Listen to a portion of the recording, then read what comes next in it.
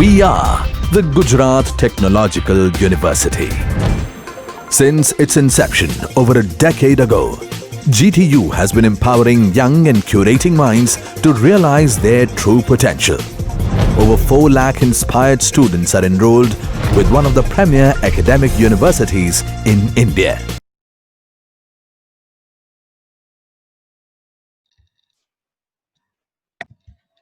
તો આજના ટોપિકની અંદર આપણે જોઈશું કે થિયોડોલાઇટની અંદર કઈ કઈ એરર્સ હોય છે. તમને એક એક્ઝામ્પલ આપું કે આપણે કોઈ પ્રોજેક્ટ કરવા જઈ રહ્યા છીએ, કોઈ ખાલી સ્પેસ છે, એ ખાલી સ્પેસમાં આપણે એરિયા માપવાનો છે, એની અંદર ઇક્વલ પ્લોટ્સ પાડી આપવાના છે કે ફ્યુચરની એની અંદર કોઈ બિલ્ડિંગ એસ્ટાબ્લિશ થવાનું છે. હવે જ્યારે આપણી પાસે જે અત્યારે ઇન્સ્ટ્રુમેન્ટ છે થિયોડોલાઇટ, એ ઇન્સ્ટ્રુમેન્ટ લઈને જઈએ છીએ. હવે ઇન્સ્ટ્રુમેન્ટથી વર્ક કરતા કરતા કોઈ પણ જાતની આપણાથી કોઈ ભૂલ થાય છે. તો જ્યારે ભૂલ થશે ત્યારે તેના કારણે જ્યારે પરમેનન્ટ સ્ટ્રક્ચર કન્સ્ટ્રક્શન થશે ત્યારે એ ભૂલ બહુ મોટી થઈને દેખાશે, જે આપણે ઇમેજિન પણ નહીં કરી હશે. એવું નહીં થાય એટલા માટે એરરને પહેલેથી પ્રિવેન્ટ કરવા માટે થિયોડોલાઇટની અંદર કયા કયા પ્રકારની એરર આવી શકે તેના વિશેની આપણે થોડી માહિતી જોઈએ. બહુ જ ઇન્ટરેસ્ટિંગ ટોપિક છે, સમજી શકાય એવું છે. આ ઉદાહરણથી તમે સમજી શકો કે ભાઈ થિયોડોલાઇટની અંદર એક નાની એરર આવી શકે. જો 1 ડિગ્રીની અથવા 1 મિનિટની એરર આવી જાય તો એના કારણે તમે જે પ્રોજેક્ટ એસ્ટાબ્લિશ કરવાના છો, પરમેનન્ટ સ્ટ્રક્ચર બનવાનું છે, તેની અંદર કેટલા પ્રોબ્લેમ્સ થઈ શકે છે. તો સૌપ્રથમ જોઈએ તો કેટલા પ્રકારની એરર આવે. There are 3 types of error are there. First is instrumental, second is personal and third is natural. 3 પ્રકારની એરર આવે અને ડિટેલમાં જોઈશું અને એને કેવી રીતે પ્રિવેન્ટ કરવાની, એ એરર નહીં આવે એના માટે આપણે કઈ રીતે વર્ક કરવાનું તે પણ શીખીશું. તો સૌથી પહેલી જે ઇન્સ્ટ્રુમેન્ટલ એરર છે તે છે incomplete adjustment of plate level. એટલે કે બબલ સેન્ટરમાં નથી. તમે ફિગરમાં જોઈ શકો કે ધારો કે બબલ સેન્ટરમાં છે, આ ફિગર પ્રમાણે બબલ સેન્ટરમાં છે, પણ તમારી પ્લેટ એ હોરિઝોન્ટલ નથી પરફેક્ટલી. ઇન્સ્ટ્રુમેન્ટની અંદર આ પ્રકારની કોઈ એરર આવી જાય અને ઘણા બધા કારણો હોઈ શકે કે ભાઈ ઇન્સ્ટ્રુમેન્ટ આપણું પડી ગયું હોય, ઇન્સ્ટ્રુમેન્ટની અંદરના ભાગોની અંદર કોઈક ચેન્જીસ આવી ગયા હોય, મુવમેન્ટ થઈ ગઈ હોય કે તૂટી ગયું હોય, તો તેના કારણે આ પ્રકારની એરર આવી શકે. તો આ પ્રકારની એરર હોવાને કારણે શું થશે, તો અહીંયા 90 ડિગ્રીની બનશે. એટલે કે તમે જે પણ તમારી જે પ્લેટ છે તે ત્રાંસી રહેશે. ખરેખર હોરિઝોન્ટલ અને વર્ટિકલનો વચ્ચેનો જે એંગલ છે તે 90 ડિગ્રી જે હોવો જોઈએ 90 ડિગ્રી રહેશે નહીં. તો આવા કેસીસની અંદર શું કરવાનું, તો સમજીએ.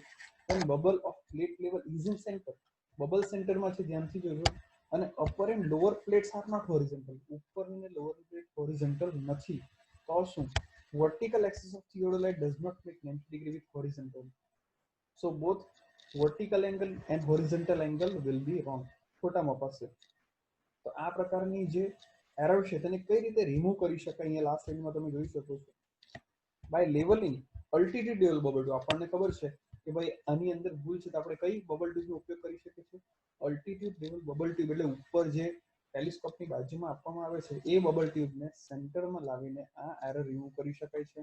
ફરી વખત જોઈએ, જ્યારે બબલ સેન્ટરમાં હોય પણ પ્લેટ વાંકી હોય, ત્રાંસી હોય, ઇન્ક્લાઇન હોય, એવા કેસીસની અંદર કઈ રીતે એરર રિમૂવ કરી શકાય.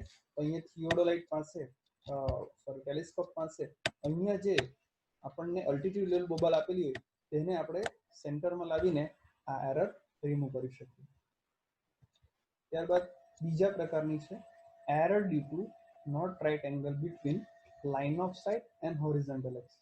સમજીએ તો આને ફિગરથી સમજીએ કે જ્યારે લાઇન ઓફ સાઇટ એટલે શું, તો જે આ તમારો ડાયાફ્રામ અને ઓબ્જેક્ટ પીસ અને સેન્ટરમાંથી જે પાસ આઉટ થાય તેને લાઇન ઓફ સાઇટ કહીશું. અને હોરિઝોન્ટલ એક્સિસ એટલે આપણે ગઈકાલે જોયું કે જ્યારે વર્ટિકલ સર્કલના સેન્ટરમાંથી જે લાઇન પાસ આઉટ થાય, આ બંને એકબીજાને 90 ડિગ્રી છેદે છે. એવું નહીં થાય તો શું થશે, તો error in measurement in horizontal angle between 2 points. એના કારણે જે પણ એરર આવશે એ હોરિઝોન્ટલ એંગલમાં આવશે. અને તમે જોઈ શકો છો, આપણે લાઈન લઈએ છીએ ફિગરની અંદર, આ હોરિઝોન્ટલ ટ્રેસ છે અને જ્યારે આપણે એંગલ માપીએ છીએ, આ હોરિઝોન્ટલ એક્સિસ છે. હોરિઝોન્ટલ એક્સિસને વર્ટિકલ એક્સિસ જ્યારે પરપેન્ડિક્યુલર નહીં હશે, હોરિઝોન્ટલ એક્સિસ અને લાઇન ઓફ સાઇટ જ્યારે પરપેન્ડિક્યુલર નહીં હશે ત્યારે આ પ્રકારની કોનિકલ એરર બતાવશે. એટલે કે જે પી છે, આ તમારી ઓરિજિનલ લાઈન છે, પણ ત્યાં નહીં થતા એ આ રીતે કોનિકલ શેપની અંદર આ બાજુ રિપ્રેઝન્ટ થશે. હવે આ છે તો કોઈ પોઝિટિવ અથવા નેગેટિવ હોઈ શકે. એ જ રીતે સપોઝ કે આપણે આ એરર છે એને નેગેટિવ લઈએ છીએ કે જો આપણે આ તરફ લીધું કે જમણી બાજુ લીધું ફેઝ રાઈટ લીધું તો નેગેટિવ ઈ આવ્યું, અને જો ફેઝ લેફ્ટ લઈશું તો પોઝિટિવ ઈ આવશે, રાઈટ. એટલે કે જો આપણે આ એરરને રિમૂવ કરવી હોય, આ કોનિકલ એરર જે રચાય છે તેના કારણે તમારું જે એંગલ જે છે તે ખોટો મપાય, એવું નહીં થાય એટલા માટે ફેઝ લેફ્ટ અને ફેઝ રાઈટ બંને લેવામાં આવે તો ઈ પ્લસ માઇનસ ઈ કરી દઈએ એટલે કે એરર 0 કરી શકાય છે. ત્યારબાદ ત્રીજી એરર જોઈએ. બીજી એરર અને ત્રીજી એરર વચ્ચે કન્ફ્યુઝ થવું નહીં. પાછું એકવાર તમને કહી દઉં કે બીજી એરર અને ત્રીજી એરરમાં શું ફરક હતો. બીજી એરર એટલે કે not right angle between line of sight. Line of sight એટલે શું? આ તમારો ડાયાફ્રામ છે. ડાયાફ્રામ અને ઓબ્જેક્ટિવ પીસ છે. આમાંથી જે લાઈન પાસ આઉટ થાય તેને કહીશું લાઇન ઓફ સાઇટ. અને અહીંયા જે વર્ટિકલ સર્કલ હોય છે, વર્ટિકલ સર્કલ, તેના સેન્ટરમાંથી જે પાસ આઉટ થાય તે હોરિઝોન્ટલ એક્સિસ. આ બંને વચ્ચે 90 ડિગ્રી હોવું જોઈએ. એ નહીં હોય તો શું થશે? આપણે જોયું તે રીતે આ રીતે કોનિકલ એરર સર્જાશે અને એના એ નહીં સર્જાય એના માટે આપણે ફેઝ લેફ્ટ અને ફેઝ રાઈટ બંનેનું મીન લેવું પડશે. ત્યારબાદ error due to not right angle in between vertical axis અને હોરિઝોન્ટલ એક્સિસ. બહુ સિમ્પલ છે કે હોરિઝોન્ટલ એક્સિસ અને વર્ટિકલ એક્સિસ, સપોઝ કે આ પ્લેટ છે તો પ્લેટના સેન્ટરમાંથી જે પાસ આઉટ થશે તેને આપણે કહીશું વર્ટિકલ એક્સિસ, અને હોરિઝોન્ટલ સર્કલના સેન્ટરમાંથી જે પાસ આઉટ થશે આ બંને એકબીજાને 90 ડિગ્રી હોવી જોઈએ. જો 90 ડિગ્રી નહીં હશે તો શું થશે જોઈએ. Due to this error generates in measurement of both horizontal and vertical angles. એટલે કે હોરિઝોન્ટલ અને વર્ટિકલ બંને એંગલની અંદર ભૂલ આવશે. સમજીએ. આ હોરિઝોન્ટલ એક્સિસ છે, હોરિઝોન્ટલ ટ્રેસ છે. ત્યારબાદ જો આપણે એક જ સાઈડથી આની અંદર પણ સેમ જે આગળની જે એરર હતી તેની અંદર કોનિકલ એરર સર્જાતી હતી, જ્યારે અહીંયા જે એરર છે તે ટ્રાયંગ્યુલર એરર છે. તમે જોઈ શકો છો આ જે એરર છે તે ટ્રાયંગ્યુલરી રિપ્રેઝન્ટ થાય છે. એટલે એક બાજુ એરર આપણે જોઈએ તો પોઝિટિવ આવે છે અને એની ઓપોઝિટ બાજુ નેગેટિવ આવે છે. અહીંયા પણ તમે જોઈ શકો કે આને કઈ રીતે પ્રિવેન્ટ કરી શકાય. તો મીન એટલે કે average of both faces removes the error. આગળ જઈએ ચોથી error. Error due to non parallelity between line of sight and altitude level. એટલે શું? કઈ વસ્તુ પેરેલલ નથી તો line of sight. Once again line of sight એટલે શું? તો જે ડાયાફ્રામ છે ત્યાંથી ઓબ્જેક્ટ પીસને જે જોડતી રેખા છે તેને કહીશું લાઇન ઓફ સાઇટ, અને axis of bubble altitude level 2 એટલે અલ્ટિટ્યુડ લેવલ 2 અહીંયા આવશે. અહીંયા ઉપર આ રીતે આ વર્ટિકલ સર્કલની બાજુમાં આવશે. આ બંને જે છે તે સમાંતર હોવી જોઈએ. એટલે અહીંયાથી જે લાઈન પાસ આઉટ થાય તે અને આ બંને લાઈન એકબીજાને સમાંતર હોવી જોઈએ. જો સમાંતર નહીં હોય તો શું થશે એના વિશે જાણીએ. This create error in vertical angle measurement. આના કારણે જે એરર આવશે તે વર્ટિકલ એંગલની અંદર ભૂલ આપશે.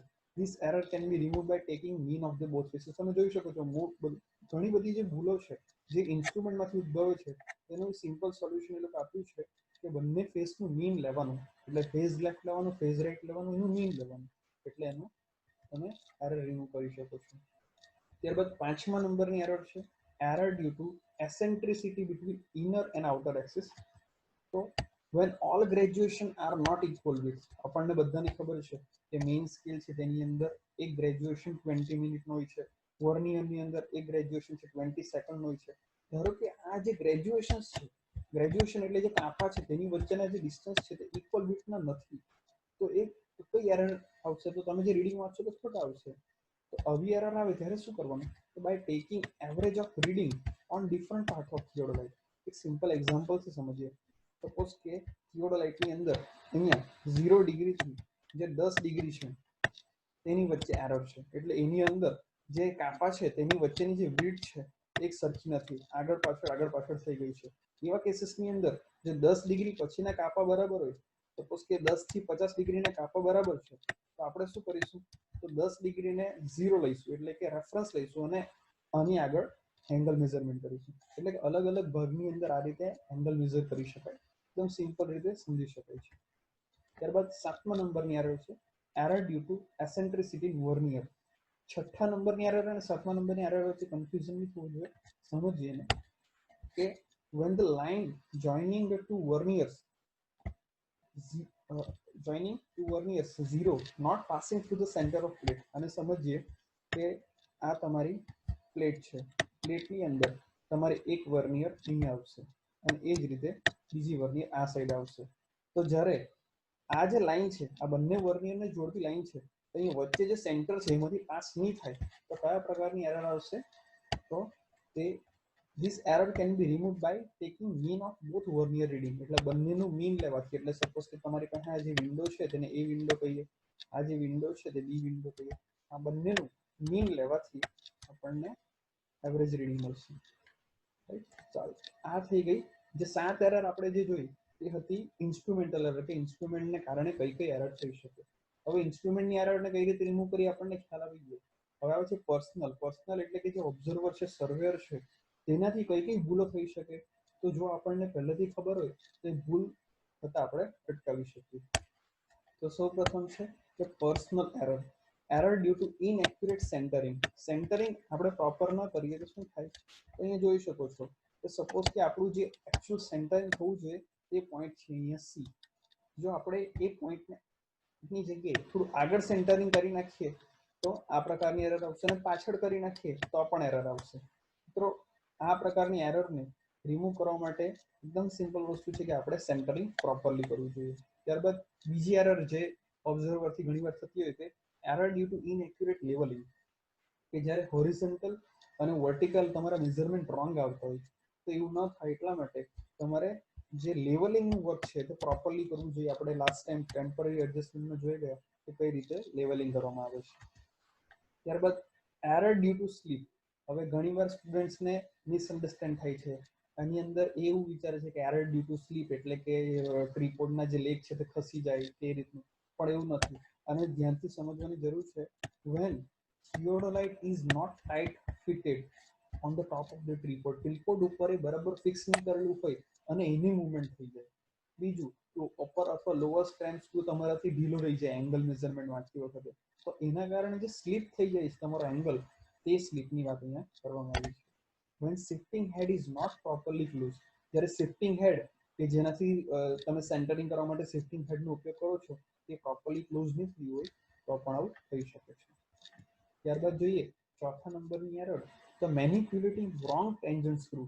આપણને ખ્યાલ છે કે આપણે લોઅર ક્લેમ્પ સ્ક્રૂ ફિટ કરીએ તો લોઅર ટેન્જન્ટ સ્ક્રૂ કામ કરે, અને અપર ક્લેમ્પ સ્ક્રૂ ફિટ કરીએ તો અપર ટેન્જન્ટ સ્ક્રૂ કામ કરે. પણ આપણે રોંગ ટેન્જન્ટ સ્ક્રૂ યુઝ કરીએ તો એના કારણે પણ એરર આવી શકે છે. ત્યારબાદ error due to wrong bisecting target station and unvertical hierarchy of ranging road, કે જ્યારે ટાર્ગેટ સ્ટેશનને આપણે બરાબર બાયસેક્ટ ન કરી અથવા તો રેન્જિંગ રોડ જ ત્રાસો પકડાયો હોય એવા કેસીસની અંદર પણ એરર આવી શકે છે. પણ ઓબ્સ્ટ્રક્શન લાઇક બુશિસ એટલે કે ઝાડી જેવું હોય, R occurred in between line of sight ranging road is putting on pack and it's bisected due to unverticality of ranging road, this error is generated. તો આ પ્રકારની એરરને રિમૂવ કરવા માટે આપણે શું કરી શકીએ? તો remove this error, bisect bottom of ranging road. જ્યારે સપોઝ કે આ પ્રકારનો રેન્જિંગ રોડ છે, રેન્જિંગ રોડ વાંકો પકડ્યો છે, તો આપણે આ જે પોઈન્ટ છે, રાઈટ, આપણે જે બાયસેક્ટ કરવાનું છે તે અહીંયા આ પોઈન્ટ ઉપર નીચે બાયસેક્ટ કરીએ રેન્જિંગ રોડના બોટમ પર, તો એરરને નિવારી શકીએ છીએ. Error due to parallax. આપણને બધાને ખબર છે પેરેલેક્સ એટલે કે જે ક્રોસ હેર અને ઓબ્જેક્ટ ક્લિયર થાય પછી આપણે જે રીડિંગ લઈએ તે. એક એક્ઝામ્પલ આપું કે આમાં કયા પ્રકારની ભૂલ થઈ શકે. સપોઝ કે આ કોઈ ટ્રી છે અને આ ટ્રીની અંદર મારે બરાબર એના આ જે સેન્ટર છે અહીંયા બાયસેક્ટ કરવાનું છે, રાઈટ. તો જ્યારે હું ઓબ્જેક્ટ પીસમાંથી આઈપીસમાંથી જોઈશ ત્યારે મારું જે લક્ષ્ય છે તે આ પ્રકારનું હોવું જોઈએ, આ પ્રકાર એકદમ ક્લિયર. હવે હું આની જગ્યાએ આ લાઈનની જગ્યાએ થોડું બાજુમાં જોઈશ અને અહીંયા બાયસેક્ટ કરી દઉં, અથવા લેફ્ટ સાઈડ અથવા રાઈટ સાઈડ અહીંયા બાયસેક્ટ કરી દઉં, તો એના કારણે જે ભૂલ આવશે તે પેરેલેક્સને કારણે થયેલી ભૂલ થઈ શકે, જે ઇમ્પ્રોપર ફોકસિંગ કહી શકાય. એવું ન થાય એટલા માટે પ્રોપરલી ટાર્ગેટ જોવું જોઈએ. હવે આ થઈ ગઈ પર્સનલ એરર. અને છેલ્લા પ્રકારની જે એરર છે તે છે નેચરલ એરર. નેચરલ એટલે કુદરતી રીતે જે પણ ઘટના થાય તેના કારણે તમારે કામમાં આવતો અવરોધ. તો એના વિશે જોઈએ કે જ્યારે તાપમાન ઘણું વધારે હોય, આપણને ખબર છે ગુજરાતની અંદર પણ ઘણા બધા એવા ક્ષેત્રો છે કે જ્યાં તાપમાન ઘણું વધી જાય છે. અત્યારે અમદાવાદ છે કે ઘણા એવા ક્ષેત્રો છે જ્યાં તાપમાન ઘણું વધારે થાય છે, અને આપણું જે ઇન્સ્ટ્રુમેન્ટ થિયોડોલાઇટ છે તે આયનનું બનેલું હોય છે, એટલે એના કારણે શું થાય કે એના જે પાર્ટ્સ છે તે અનઇક્વલ એક્સપાન્શન થાય, કોન્ટ્રાક્શન થાય, એના કારણે જે એરર ઉદ્ભવે તે આવશે ડ્યુ ટુ ટેમ્પરેચર ચેન્જીસ. બીજા નંબર પર છે error due to unequal atmospheric refraction due to high temperature. એટલે કે રિફ્રેક્શન એટલે વક્રીભવન, કે જ્યારે તાપમાન ઘણું વધારે હોય તો જમીન સાથે જે અડીને જે બધી હવા હોય તે ગરમ હોય અને પાતળી હોય, જમીનથી ઉપર જતા જઈએ તેમ હવા ઠંડી થતી જાય અને જાડી થતી જાય, તો આના કારણે જે તમારું બાયસેક્શન છે તે ખોટું આવી શકે, એંગલ ખોટો આવી શકે. ત્યારબાદ ત્રીજું છે error due to unequal settlement of legs of tripod, કે ભાઈ જમીન ચીકણી છે કે થોડા સમય પહેલા જ વરસાદ પડ્યો હોય તો એના કારણે તમારા ટ્રીપોડના લેગ સતત સેટલ થઈ જાય, બેસી જાય, તો એના કારણે જે એરર આવે તે પણ નેચરલ એરરમાં આવશે. Error due to fog, mist, ધુમ્મસને કારણે એટમોસ્ફિયરની અંદર તમે કામ ન કરી શકો. અને છેલ્લું છે રેઇન, વરસાદમાં તમે કામ ન કરી શકો. અને હા, જો વધારે પડતો પવન હોય તો તેમાં પણ વાઇબ્રેશન થાય, એટલે ઇન્સ્ટ્રુમેન્ટ હલી જવાના કે પડી જવાના ચાન્સીસ રહે, તો એમાં પણ વર્ક ન કરી શકાય. તો આ બધી જે નેચરલ છે એરર છે તેને રિમૂવ કરવા માટે એક સિમ્પલ સોલ્યુશન છે કે જ્યારે પણ તમે વર્ક કરો તો એટમોસ્ફિયર સારું હોય ત્યારે જ વર્ક કરવું જોઈએ. તો આના દ્વારા આપણે સમજી શકીએ કે કેટલા પ્રકારની એરર હોય અને એને આપણે કઈ રીતે રિમૂવ કરી શકીએ.